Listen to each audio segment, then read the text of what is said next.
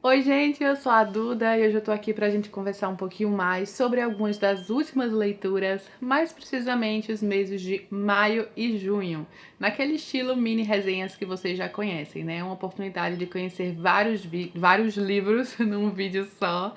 E alguns já tem resenha aqui no canal, outros não tem, outros talvez eu ainda faça. Tem um que eu fiz e nunca postei. Tem coisa muito legal aqui pra gente conversar, espero muito que vocês gostem. Eu vou deixar aqui embaixo o link na Amazon das leituras de 2023, aquele link na minha página, tá? Com as leituras do ano, então todos os mencionados estarão nessa lista. Caso você queira dar uma olhada, comprar alguma coisa na Amazon, se possível utiliza meus links, que isso ajuda bastante o canal. E também curte o vídeo aqui embaixo, espero muito que você goste, se inscreve se for novo por aqui e bora aos livros. Assim, eu não avisei, mas vai estar tudo junto e misturado, tá? Eu não separei entre comecinho de maio, junho, tá? Maio e junho, tudo junto, o que importa é que tá tudo aqui. Eu vou começar então com o primeiro da pilha, que é Gravidade, da Tess Gerritsen. Este é um livro do nosso projeto Mulheres na Ficção Científica, de uma autora que eu adoro. Eu já li alguns livros da Tess Gerritsen no passado. Ela escreve muitos thrillers policiais, mistérios. Tem uma série dela excelente que é a Risoli Ailey. São duas personagens principais, a detetive policial Jenny Risoli e a Maura Ailey, que é médica legista. As duas investigam. A série é realmente excelente e eu me refiro à série de livros, né? Eu não li muita coisa ainda da série, mas o pouco que eu li, acho que 3 livros dessa série, todos são muito bons pra quem curte esse gênero do romance policial. E eu tenho alguns outros aqui que eu quero ler. Aliás, eu queria essa série completa, né? De verdade, assim, é um livro melhor que o outro. O primeiro livro da série é O Cirurgião. É excelente. E ela também foi adaptada para uma série de TV que eu sei que é famosa, né? Eu não assisti, mas eu sei que tá disponível em algum desses streamings aí famosos. Não sei se é Prime Video. Esqueci agora, mas tá disponível e qualquer dia desses eu dou uma olhada. Mas voltando então para o Gravidade. Gravidade é um livro de ficção científica. A Tess Gerritsen costuma colocar bastante ficção científica, sim, em seus livros, até porque ela tem formação como médica, né? Ela é uma autora, mas também é formada em medicina. E, por exemplo, uma de suas personagens, a Maura, é uma médica legista, então ela coloca detalhes científicos e ela tem alguns thrillers médicos também. Aliás, eu posso dizer que esse também é um thriller médico, porque vários personagens são médicos aqui. São cientistas, claro, né? Mas alguns são formados em medicina e tem um pouco disso aqui. Aliás, tenho muito, porque essa questão de diagnóstico aqui é muito importante, né? Estamos falando de um livro que vai se passar a parte no espaço, mas vai haver uma contaminação aqui de um micro-organismo misterioso. Então, essa parte do diagnóstico, né, de tentar entender o que está acontecendo com o corpo humano, é muito importante. Esse é um livro que tem vibe Alien, né? Aqui temos os personagens principais que são astronautas, estão lá na estação espacial até que uma experiência vai dar errado, vai sair do controle, uma das experiências que eles estão lidando ali. Começa a contaminação muito rápida, né? Tem todo um estágio aqui dessa contaminação. A capa do livro, gente, eu não sei se dá pra perceber, mas é um olho. Tem um olho aí na capa e essa parte do olho é quando começa a infecção. Imediatamente o olho já muda um pouco. É um livro frenético, é um thriller, assim, realmente gostoso demais de ler. Que você fica a todo momento na ação, no mistério, na investigação, sabe? Com certeza foi um dos meus livros favoritos do projeto Mulheres na Ficção Científica. É um livro, pra mim, 5 estrelas. Já tem vídeo no canal, claro, né? Então nem quero me alongar muito, mas nossa, esse aqui eu recomendo muitíssimo. Se você curte thriller com investigação, com ciência, com mistério, a narrativa frenética da Tess Gerritsen com certeza vai lhe envolver. Então dá uma olhada no vídeo, não vou me alongar tanto porque já conversamos bastante sobre ele. Parte do vídeo tem spoilers, mas eu aviso antes dos spoilers começarem, então dá pra assistir de boa, tá, gente? E mais um thriller por aqui, O Carniceiro, da autora Alaina Urquhart. Inclusive, falando em médica legista, a personagem principal desse livro é médica legista. E aqui temos um caso de serial killer. A autora é co-criadora do maior podcast de true crime do mundo. Então esse já foi um livro super best-seller pela pessoa, né? Pela pessoa que o escreveu, por ela já estudar e trabalhar muito com isso. Ela também atuou, ou atua, não sei, como técnica de autópsia, mas foi uma das suas formações. Então é a autora que vai unir o seu conhecimento para criar um suspense com investigação policial, serial killer, e vai fazer referências a várias coisas que a gente já conhece, como, por exemplo, crimes reais. Então a gente tem a médica legista, que vai começar a receber alguns corpos de mortes violentas e todos são perpetrados pelo mesmo assassino, que fica conhecido como o Carniceiro. Ele atua ali nos pântanos da Louisiana E ela vai cada vez mais se ver dentro dessa investigação, tanto por ela ser próxima do detetive que investiga o caso, né, eles trocarem algumas ideias, quanto por ela estar mais próxima do que ela pensava originalmente. Este é um livro muito rápido, eu tinha mencionado isso na resenha, né? Ele é rápido, então ele não tem muitos detalhes, ele não tem tanto aprofundamento. Mas eu achei aquela leitura vira-página que você lê rapidinho, que é um bom entretenimento de suspense. Tem uma reviravolta que eu não esperava, né? E eu normalmente, muitas vezes, adivinho. Eu vi desde então, né, desde a resenha até o momento, que algumas pessoas não curtiram o final, né? Tem muita gente que gosta do livro e não curte o final. Em suma, ele não é aquele final fechado. Acho que muita gente não esperava por isso. E a autora deixa antever aqui uma certa continuação. E eu acho que o fato do livro ser tão curto, assim, tão rápido, talvez as pessoas não esperassem que ele terminasse dessa forma, digamos, né? Mas enfim, eu achei um bom suspense para ler naquelas tardes ou naquelas noites, bem rápido. Próxima leitura foi Os Sofrimentos do Jovem Werther, próxima do vídeo, né? Porque não tá em ordem, esse aqui eu li em maio, o outro eu li em junho. Eu sempre quis ler algo do Goethe, mas eu adiantei especificamente porque eu estava prestes a viajar e eu ia visitar Frankfurt, na Alemanha, que é o lar de Goethe. Eu ia visitar a casa de Goethe, né? Eu fui, tem post lá no Instagram, nos stories, enfim, no feed, um pouquinho mais sobre isso. E eu não queria visitar a casa desse grande escritor, um dos maiores da literatura mundial, sem ter ainda lido algo dele, né? E tinha alguns livros dele aqui em casa que eu já queria ler, então eu comecei por Os Sofrimentos do Jovem Werther. E eu realmente gostei demais desse livro. Foram várias sensações, assim, ao longo da leitura, caíram lágrimas, não esperava, porque, assim, eu já sabia o que ia acontecer, sabe? Mas você acaba se envolvendo na história e é inevitável. É um livro sobre desilusão amorosa, né? Sobre corações partidos, sobre amor não correspondido. Então, ele começa muito feliz, assim, o Werther, que é um jovem rapaz, ele viaja e percorre alguns vilarejos bem pitorescos, então a ambientação aqui já é muito bonita, e ele vê beleza em muitas coisas, sabe? Em coisas simples, assim, ele realmente é alguém de bem com a vida, assim, feliz, leve até. Porém, ele vai se apaixonar irremediavelmente. Inclusive, eu tenho até certos problemas com esse amor à primeira vista, né? Eu não consigo entender muito bem, assim, não consigo comprar a ideia. E o amor dele é muito intenso, muito rápido. É aquele amor que idolatra e que coloca a pessoa, endeusa a pessoa, sabe? Que coloca a pessoa num patamar celestial quase. Então, eu nem conseguia me conectar com isso, né? Eu achava o personagem muito exagerado, porque eu não consigo entender como alguém pode se afeiçoar e moldar e fazer sua vida girar em torno de outra pessoa tão rápido. Mas você começa a se afeiçoar pelo personagem ainda assim, então tem algumas coisas aqui no meio, alguns caminhos que o livro percorre que eu não esperava, sabe? Apesar de já saber o final. Esse é um livro muito conhecido, tá? É um fato conhecido e público que eu acho que vale dizer, por uma onda de suicídios na Europa, na época em que ele foi lançado e nas décadas seguintes. Tanto é que ele é estudado pela psiquiatria, né? Tem aqui um texto extra na seção da Antofágica por um psiquiatra que eu achei que enriqueceu muito aqui a edição, porque é muito interessante, sabe? Esse psiquiatra vai analisar o porquê esse livro pode ter causado essa onda de suicídios, em analisar os pormenores, assim, das situações do livro, que foi um ponto de vista para mim que não havia pensado tanto enquanto eu estava lendo, e passei a prestar atenção e ver um certo sentido, porque deve existir um sentido, né? Afinal de contas, isso é fato.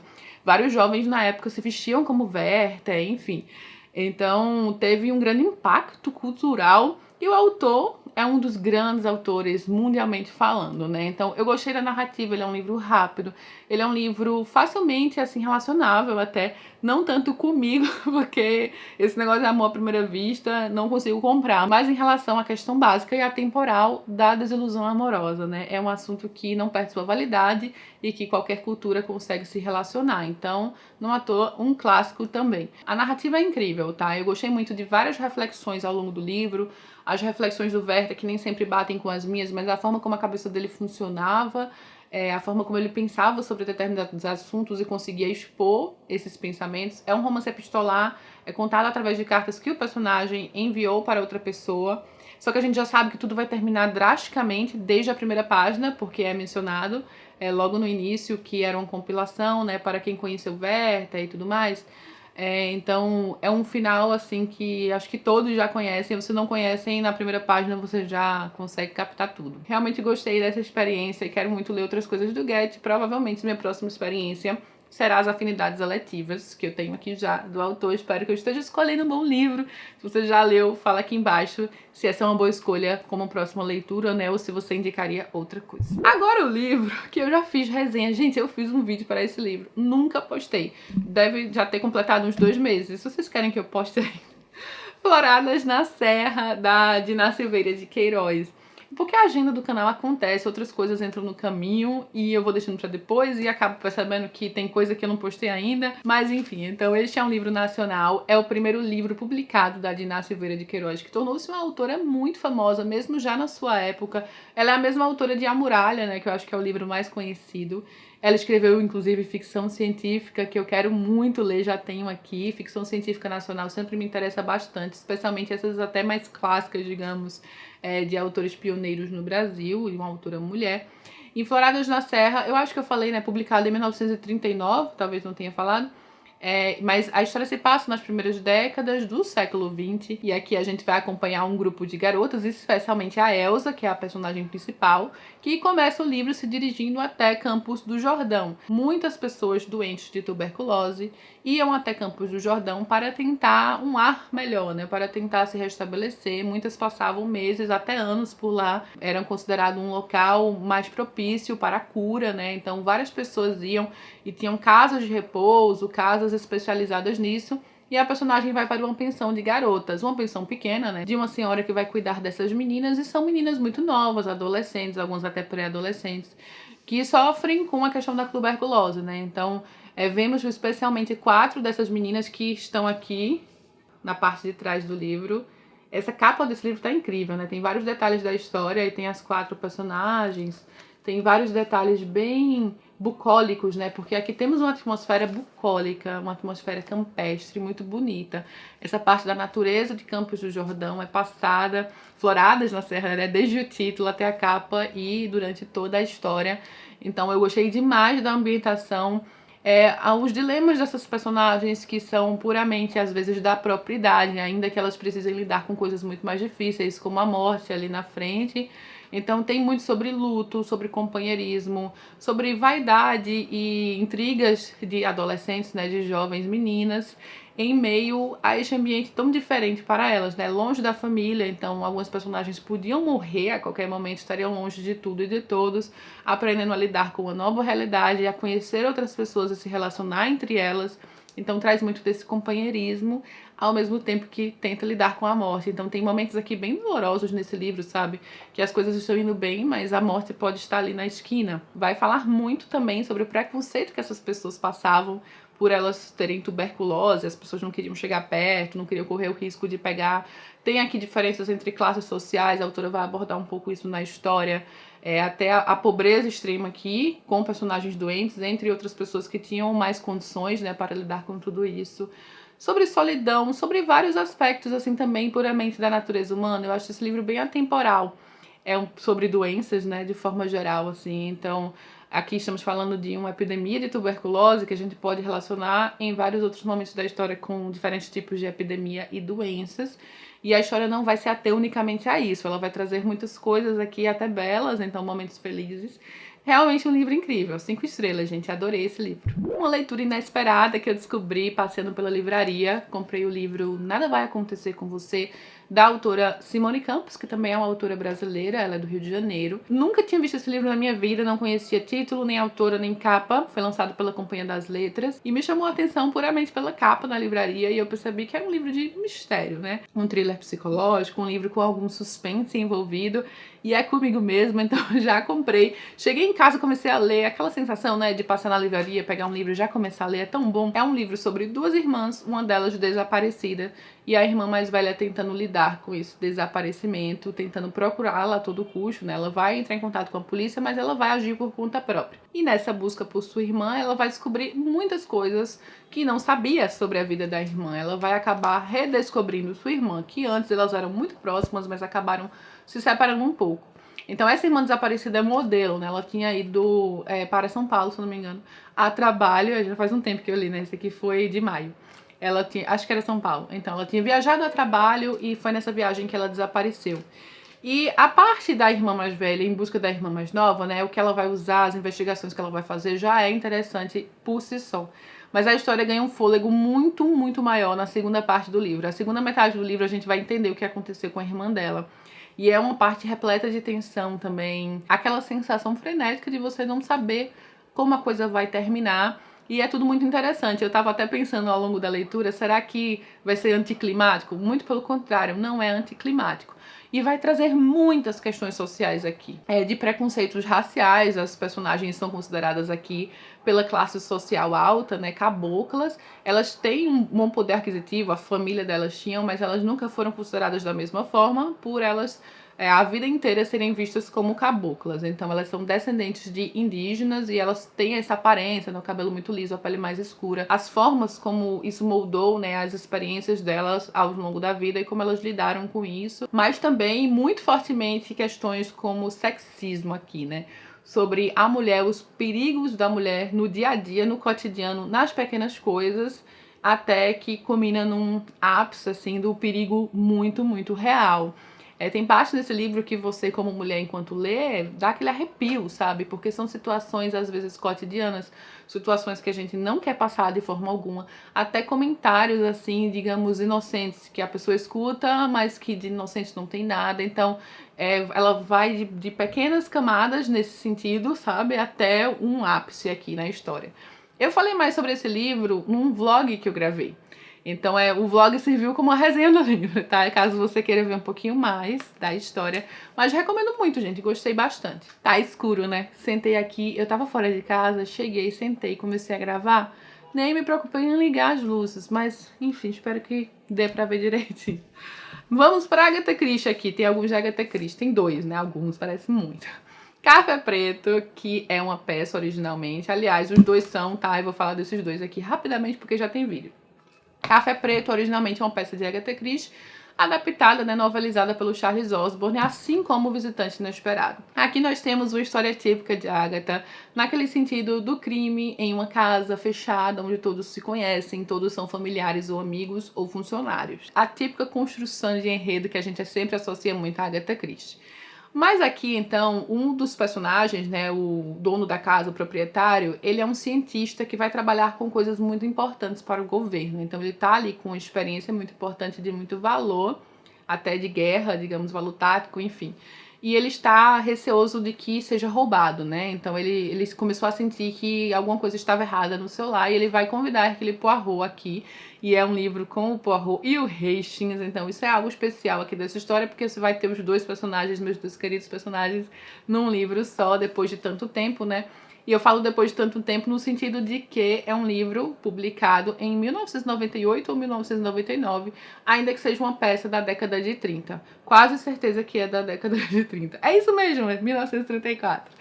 Então, por isso tem essa questão de guerra, né? Tava entre guerras e tudo mais. Ainda tinha um certo medo nesse sentido e um medo muito válido.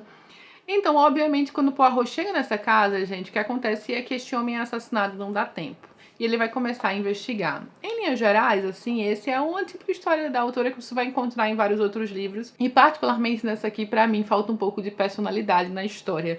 Ela acaba sendo uma história clichê, uma história bem genérica, mais do mesmo. Eu acho que ela vai funcionar muito melhor como uma peça de teatro. Ainda assim, mesmo como peça de teatro, quando eu comparo com algumas outras histórias, eu não acho que ela chega no mesmo patamar, mas enfim. Não chega a ser um livro ruim, sabe? Mas a de Agatha a gente espera mais. E aí eu venho para O Visitante Inesperado, que também segue o mesmo estilo, né? De peça, adaptada para uma novela. E eu achei muito melhor. Eu acho que essa aqui tem aquele algo a mais, sabe? Você se conecta mais com a coisa. Começa com o personagem que é o visitante inesperado. O carro dele vai quebrar numa região rural da Inglaterra, né? Com muita névoa, enfim, à noite. E aí ele vai procurar ajuda e ele vai chegar numa mansão. Ele consegue entrar nessa mansão por uma porta lateral. Só que nessa porta lateral ele vai chegar diretamente no escritório em que tem um homem morto, baleado. E ao lado deste homem está sua esposa. E essa esposa está ali muito pensativa e ela fala que ele pode ligar para a polícia porque ela matou seu marido. Então fica um caso assim que começa já contando tudo. Só que não, né? Só que nada vai ser desse jeito, a ponto desse ser um dos casos de Agatha Christie com um grande desfecho, podemos dizer, né? Ele tem uma reviravolta. Mas esse visitante, ele vai se afeiçoar, né, à história ali da viúva. Este morto, o homem que tá morto ali, o dono da casa, ele é uma pessoa péssima. Então ele é aquela vítima, digamos aqui, de Agatha Christie, que você não vai ter a menor empatia, né, que várias pessoas gostariam que morressem aqui na história. Então, este homem visitante inesperado vai escutar a história da viúva, o que ela tem a dizer, e ele vai resolver ajudá-la. E eles dois juntos vão arquitetar aqui uma forma dela não ir presa e deles terem encontrado por acaso o corpo, né? E aí você vê como eles vão pensar, como vai funcionar tudo isso. Acaba sendo até divertido você ver como essas pessoas vão lidar com a situação, né? Como elas vão mexer ali na cena do crime, especialmente quando você percebe que a coisa não era tão clara assim, né? Que talvez essa viúva não tenha matado este homem. Então eu achei um caso rápido, com certa personalidade aqui. Imaginei como uma peça funcionaria tão bem, né? Porque aqui é quase tudo num cômodo só e mesmo assim não é monótono. E o final, o desfecho, vai trazer aqui algumas revelações. E eu adivinhei o final desse livro. Depois que você lê muito Agatha Christie, você começa a perceber certas coisas muito na cara, tá? Mas eu achei uma história bem legal de ler. Bem melhor, assim, pra minha experiência foi muito melhor do que essa. Porque aqui eu fiquei entediada. E aqui, mesmo sem a presença de Hercule Poirot e o Hastings, eu acabei me envolvendo mais. E falando em mistério, continuando em mistério, porque aqui nesse canal a gente adora mistério, também li o Mistério da Cruz Egípcia, do Ellery Queen, da coleção Clube do Crime, da HarperCollins, que é uma coleção que eu tô amando. E, gente, esse aqui foi o meu favorito até o momento da coleção. Eu conheci o Ellery Queen e até passei a perceber o imenso sucesso e popularidade de Ellery Queen nas últimas décadas. Passei a prestar atenção. Porque Ellery Queen, gente, é um pseudônimo. Na verdade, ele é o nome do detetive aqui da história. Os primeiros livros dessa série eram lançados como se esse detetive realmente estivesse escrevendo e ele realmente fosse alguém que existisse. Então até ele chegou a ser convidado para eventos reais. E originalmente por trás deste nome, deste pseudônimo, eram dois primos nova-iorquinos jovens que criaram um personagem para participarem daquelas competições de romance de mistério em revistas. Enfim, eles acabaram conseguindo publicar e fez tanto sucesso que eles publicaram vários livros com o detetive. Esse é o 5º livro com o detetive, mas são casos independentes, então você não precisa ler tudo na ordem. E Ellery Queen tornou-se tão famoso com o passar das décadas que foi criada até a Ellery Queen Mystery Magazine, que era uma revista com contos de suspense policial imensamente importante, de grande sucesso ao longo de vários e vários anos. E aqui, gente, o Mistério da Cruz Egípcia não tem nada a ver com o Egito, né? A gente pensa que vai ter artefatos egípcios e não. Aqui temos um assassino impiedoso e cruel. E ele mata pessoas no que seria a cruz egípcia do título, né? Ele vai decapitar essas pessoas e vai colocá-las ali meio que no formato de T, que os personagens vão associar que é uma cruz egípcia. Mas temos aqui um serial killer, né? Um serial killer com modus operandi muito específico. Vai começar numa cidadezinha, num vilarejo assim meio pacato nos Estados Unidos, mas depois vai para uma mansão ali perto de uma ilha, sabe, num local meio isolado em Long Island. E é tudo muito interessante, assim. Eu gostei demais da ambientação. O autor vai trazer os autores vão trazer várias subtramas, sabe? O negócio vai ficando cada vez mais intricado. E ele não se perde, né? Porque a proposta aqui do Ellery Queen sempre foi colocar todas as pistas à disposição do leitor.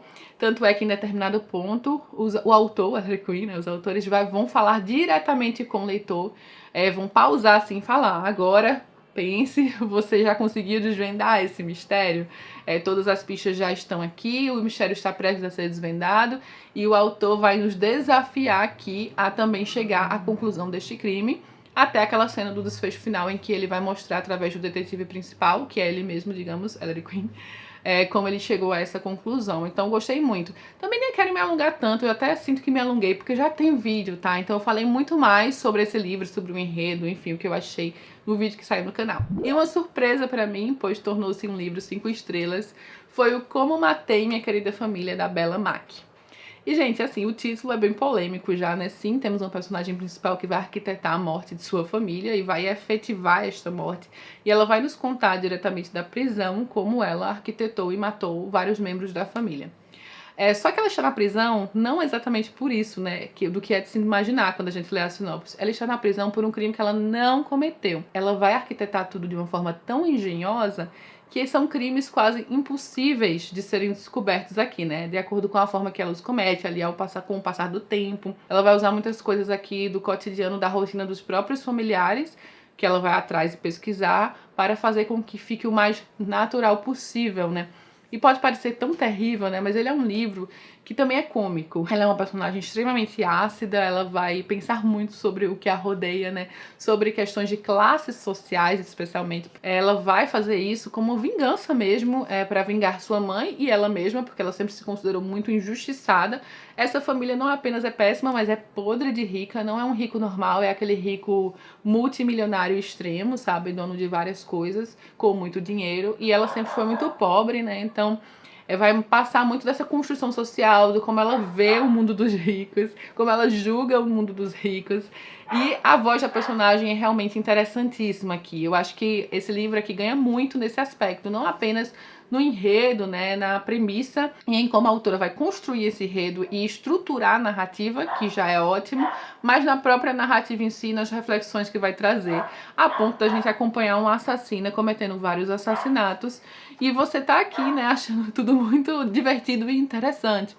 Então, quando a Dark Side Books anunciou esse livro, ele falou meio que numa vibe Kill Bill, né? Porque a gente pode fazer esse paralelo, já que Kill Bill é um personagem principal que você se afeiçoa e que sai matando todo mundo. Também no estilo Kill Bill com Fleabag, que é um personagem que vai sempre ter críticas ácidas, assim, irônicas, sarcásticas e conversar com o leitor ou com o telespectador. Então é uma mistura disso sim, gente, que deu muito certo. É um livro muito bom, que tem reviravoltas, o final é bem inesperado, indico demais e também não quero me alongar mais que isso, pois já tem vídeo no canal. Confere lá o vídeo do livro. E chegamos ao final desse vídeo com as últimas leituras, especificamente maio e junho, com os lidos. Estes livrinhos aqui, gente, são 9 livros no total. Então depois a gente conversa um pouquinho mais sobre julho. Talvez eu faça um só pra julho, ou julho e agosto juntos, não sei. Mas me conta aqui embaixo um pouco mais das suas últimas leituras, né? Vamos trocar algumas dicas. Me conta o que você anda lendo, o que você mais gostou nesses últimos meses. Com certeza eu vou adorar saber, e até o pessoal que lê os comentários, né? A gente sai pegando várias dicas juntos. Então deixe seu comentário aqui e dá uma olhada na lista. Se você se interessou por algum desses livros, tá na lista da Amazon das minhas leituras de 2023. Aí você pode olhar lá o preço, sinopse e tudo. E é isso, eu vou ficando por aqui. Beijo enorme a todos e até a próxima.